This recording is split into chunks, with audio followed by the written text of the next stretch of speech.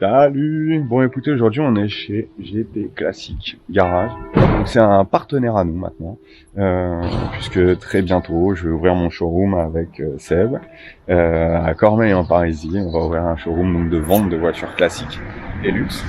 Et on a du coup GT Classique Garage avec qui on fait un partenariat. Je sais pas si vous un partenariat parce que lui restaure des voitures anciennes et les entretient, ou des voitures particulières, des voitures de sport. Et on récupère, du coup, on va vendre les voitures qui sont à la vente, parce que eux, ils veulent se consacrer uniquement à la restauration et à l'entretien de ces véhicules. Donc aujourd'hui, je vais faire une vidéo sur ça. Je sais pas si vous voyez. Shelby GT 500. Donc ça, c'est pas du tout ma tasse de thé. Vous le savez, normalement, c'est pas le genre de voiture que j'aime rouler et que, voilà, enfin, que je ne connais pas. C'est pas que j'aime pas, c'est que je les connais pas. Et du coup, on va aller faire un tour, on va voir ce que ça donne. Et pour ça, vous avez vu, j'ai mis mon petit cuir d'américain. Un cuir noir, c'est normal quand tu essayes une Mustang, non? Donc voilà, tenez, je vais faire un petit tour quand même du garage pour vous montrer ce qu'ils font. Donc bon, là, on a deux véhicules récents sur lesquels ils font des entretiens. Et puis là, derrière, on commence à avoir du sérieux. Donc ça, c'est une Alfa Romeo Montréal qu'ils ont restaurée entièrement. C'est une voiture qui était à l'arrêt et qui a été entièrement restaurée par leurs soins, qui a été redémarrée, voilà, qui a été trouvée. La base a été trouvée. Du coup, c'est eux qui l'ont trouvée. Le client voulait une Montréal absolument. Je crois que c'est eux qui ont trouvé la base. Je sais plus exactement. Donc voilà, la Montréal là. Voilà ça. La petite Testarossa qui est en entretien ici. C'est beau, le moteur là, c'est un flat 12 on va dire. C'est un moteur à plat 12 cylindres, vous connaissez pas, c'est incroyable. Dites-moi, je pourrais faire des vidéos des véhicules qu'il y a dans le garage en entretien. Et j'ai très envie de faire une vidéo là-dessus. Forcément la Testarossa, on la présente pas, je sais pas s'il y a besoin que je la présente. Mais si ça vous branche, on pourra peut-être faire une vidéo dessus. Une 356 SC. Cabriolet qui est en entretien là, on a la boîte qui est descendue, voilà, et le moteur qui est là. Là c'est une Mini, qui est une des premières, je sais pas exactement. Je connais pas très bien les Mini, je crois qu'elle est de 63, il m'a dit, mais je suis pas sûr. Je connais juste les petites différences là avec les moteurs de couleur, pas de couleur. Du coup ça, je sais plus ce que c'est. Je crois que c'est une 1000. Et là on a, j'adore cette caisse, j'adore la couleur. Elle est sublime, elle est en préparation, ils ont refait beaucoup de choses, et c'est une réplique mais hyper bien faite, parce que je commence à connaître un petit peu les vrais speedsters, qu'un petit peu, pas complètement, mais je trouve que ça a été plutôt bien fait. Ils ont même mis le frein à main à gauche, voilà, c'est pas mal quoi, c'est une très belle auto, et personnellement, même si c'est une réplique, je serais ravi d'être à son bord, un de ces quatre. Écoutez les amis, on va aller faire le test de la Shelby GT 500. Je vous dis à tout à l'heure, j'espère que vous allez kiffer. Surtout, vous n'hésitez pas à vous abonner à ma chaîne YouTube, à mon Instagram, et aussi vous pouvez vous abonner à l'Instagram de GT Classique Garage.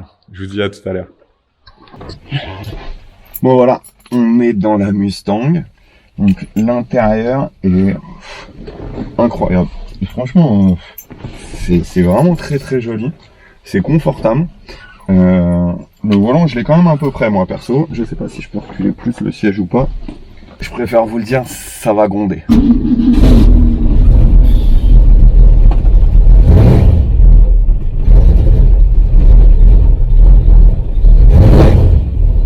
Voilà. C'est féroce, hein. Vous avez entendu ça un peu? Ça ronfle comme pas possible. Franchement, je sais pas si vous m'entendez bien, on verra bien.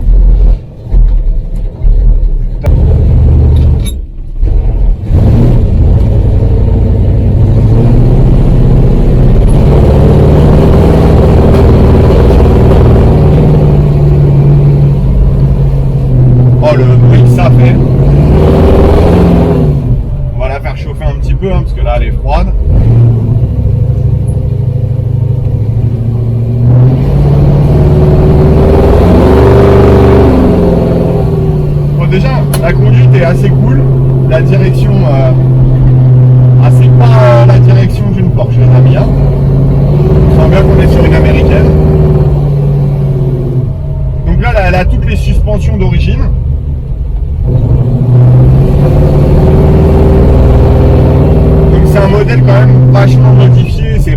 Mustang classique, pas bien. Et à peine t'effleures la pédale, ça part. Le V8, c'est la folie. Et bon, les amis, je me suis arrêté comme un brigand en plein milieu de la campagne dans un champ. Mais voilà, je trouve que la voiture, elle est très très belle là. Je sais pas ce que vous en pensez. Je pensais pas être aussi happé par le truc. C'est-à-dire que je pensais pas être américaine. Enfin, je vais couper le moteur parce que franchement, il fait trop de bruit. J'espère qu'il n'y aura pas trop de grand monde, mais bon. Ouais, je pensais pas être happé par le truc comme ça. La voiture, je connaissais pas les américaines. Vraiment, j'ai quasiment jamais roulé avec des américaines. Ou alors en passager, j'avais jamais conduit d'anciennes américaines. Et c'est un truc de ouf. Donc c'est une Shelby de 67. Et c'est juste la folie. C'est ultra puissant. Mais vraiment, c'est incroyable. Bon, par contre, c'est un bateau. Hein. Ça tangue à droite, à gauche. Ça accélère aussi fort que ça freine. Enfin non, ça accélère plus fort que ça freine, je voulais dire. Et voilà. Mais sinon, par contre, c'est incroyable. Voilà, en plus, franchement, ça défonce. Bon, c'est un peu trop vert autour. Ça aurait été mieux dans le désert, parce que je pense que le désert du Nevada, ça envoie du lourd. Donc voilà un petit peu l'intérieur, elle est magnifique. Magnifique, magnifique. Donc, moteur... c'était un 4 litres 7, c'est devenu un 5 litres 7. Il a été modifié, overboosté, donc c'est ce qu'on appelle un moteur stroker, d'après ce que j'ai compris, de ce qu'on m'a expliqué. Voilà la bête. Tac, j'essaie de faire un peu vite, parce qu'en fait je suis vraiment à l'arrache complet en milieu d'un champ. Voilà, moteur stroker 5 litres 7, c'est énorme, donc c'est un V8. Avec un allumage MSD qu'on connaît un peu dans le milieu de la VV, une grosse pompe à essence gros débit, un filtre à huile déporté. Ah, c'est vénère, hein. Un gros filtre à air ici, c'est pour ça que sur les américaines, des fois vous voyez que les capots ils ont une grosse bosse. Et en fait c'est pour passer ça, c'est pour passer le filtre à air. Là en l'occurrence, on a une moyenne bosse. Voilà, elle est quand même là, elle est quand même balèze. Quand je vais refermer, on verra bien. Mais il y en a certains qui ont des gros trucs. Bon, je pense que c'est de la magouille, hein. C'est de la connerie des fois. Enfin, souvent, je pense que il n'y a pas besoin d'avoir aussi gros. Voilà, tu vois. Là, t'as la bosse qui est là. De temps en temps, t'as des mecs qui ont des trucs comme ça, c'est la folie. Mais je pense que c'est de la branlette. Parce que, ou alors, vraiment, je suis pas prêt. Je vais devenir fan des américaines, parce que déjà, là, vu comment c'est puissant, j'imagine pas s'il y avait encore plus. Enfin, du coup, ouais, il y a des caisses qui font 1000 chevaux, je pense que c'est inconduisible. Parce que déjà, là, quand même, ça tire un peu fort, ça tracte. Et enfin, non, ça tracte pas, justement, ça pousse. Et du coup, c'est vénère, quand même. Je vais vous montrer le coffre, parce que tout à l'heure, je l'ai ouvert, et je peux vous dire que c'est comme dans la légende. On peut mettre un mort dedans. Ou un mec, voilà, tu vois, s'il y a un mec qui te vénère, tac, tu l'attrapes, tu le fous dans le coffre. Il y a de la place.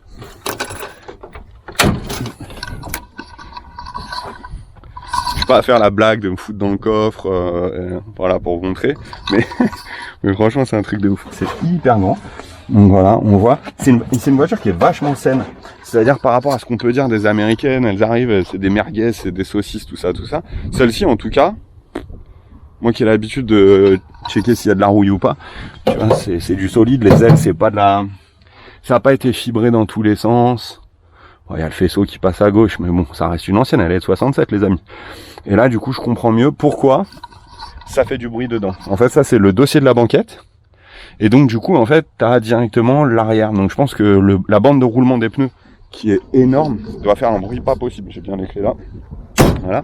En dessous, du coup, c'était le réservoir. C'est assez drôle, je vais vous montrer. Donc, en fait, le réservoir, on fait le plein là-dessus. Tac. C'est beau. Hop. Et apparemment, donc ça, le joint, je vais le remettre, c'est la honte. Donc ça, il y a des petites finitions comme le joint là qui seront faites. Hop là. Le joint qui doit être mis ici, qui doit être fixé. Et des petites finitions comme ça qui seront faites sur la voiture. Tac. Mais en soi, les clean. L'intérieur, il est magnifique. Je sais pas si le vent, j'espère que ça va pas faire du bruit le vent. L'intérieur, il est magnifique, il est en cuir. Comme je l'ai dit tout à l'heure, ça sent un peu le poney parce que c'est du vrai cuir, mais en même temps, dans une Mustang, C'est le but, non? Enfin, voilà. Je vais vous faire des petits plans ici. Je me suis arrêté tout à l'heure devant une église qui était pas mal aussi. J'ai fait des plans, mais j'étais en contre-jour, donc je sais pas ce que ça va donner. Je vous en remettrai aussi. Et voilà, en tout cas, pour un premier contact avec les Américaines, j'aime beaucoup. Et je pensais pas que j'allais aimer. Je pensais vraiment pas que j'allais aimer parce que je suis très buté.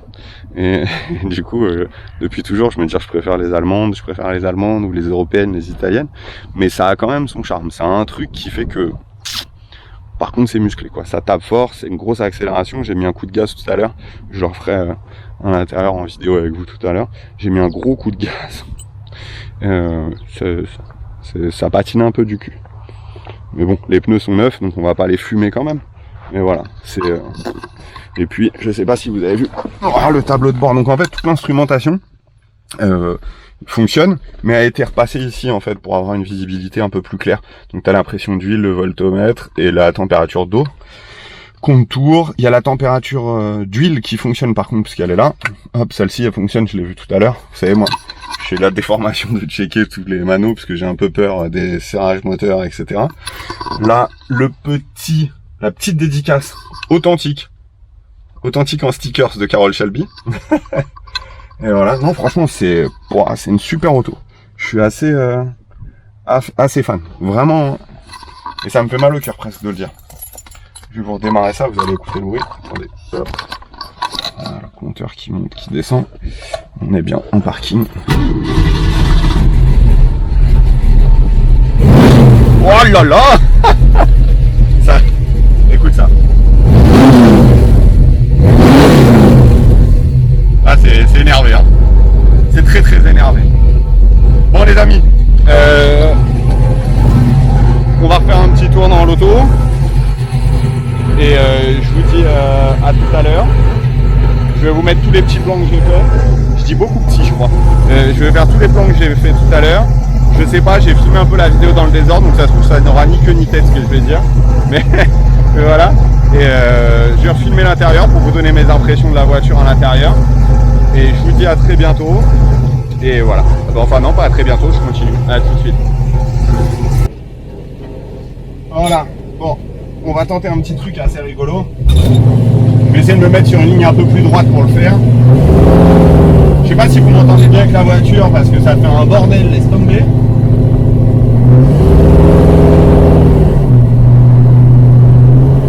En fait, du coup, la boîte, t'as D, drive, bien sûr neutre, marche arrière, parking, et t'as 1-2 qui sont des vitesses pour peut-être envoyer un peu plus la sauce, je pense. Et donc, j'ai essayé de faire un départ. Oh là là, le bruit que ça fait, à peine t'effleures la pédale, je te dis, ça part direct. Je vais essayer de me mettre en 1 et d'envoyer un grand coup de gaz, voir ce que ça donne. Et je pense que c'est assez vénère. Putain, depuis tout à l'heure, il n'y a pas une voiture sur la route, il n'y a pas une voiture qui arrive. Ah non, c'est bon. Hop, donc là, je m'arrête. Bon, je te le dis, va falloir te muscler la jambe si tu veux rouler en Mustang, parce que pour freiner, il faut appuyer fort. Donc je me mets en 1. Et si tu appuies pédale au plancher. En fait, ça va pas parce que ça burn de ouf.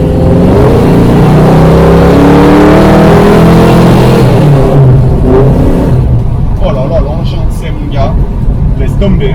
Et par contre, la direction est quand même assez flottante par rapport à une allemande où sur une allemande c'est hyper précis, enfin sur une Porsche en l'occurrence je veux dire, sur une Porsche c'est hyper précis, là ça flotte quand même pas mal et même les suspensions tu les sens, elle est en suspension d'origine, mais c'est apparemment le charme des américaines.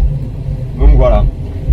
Que dire, le confort, moi je mesure 1m95, donc le problème c'est que toutes les voitures que je vais vous essayer, ça va être compliqué parce qu'à chaque fois, toutes les voitures que je vais essayer, je vais vous dire que je suis un peu, voilà. Après par contre le siège, c'est une banquette, il est hyper confortable, mais vraiment très très confortable. Le volant, magnifique, je ne sais pas ce que j'ai avec toutes les voitures que j'essaye, le volant il est pas droit, mais là il y a juste à défaire le volant et le remettre droit, on va le faire je pense que ça soit parfait. Et la planche de bord, elle est sublime.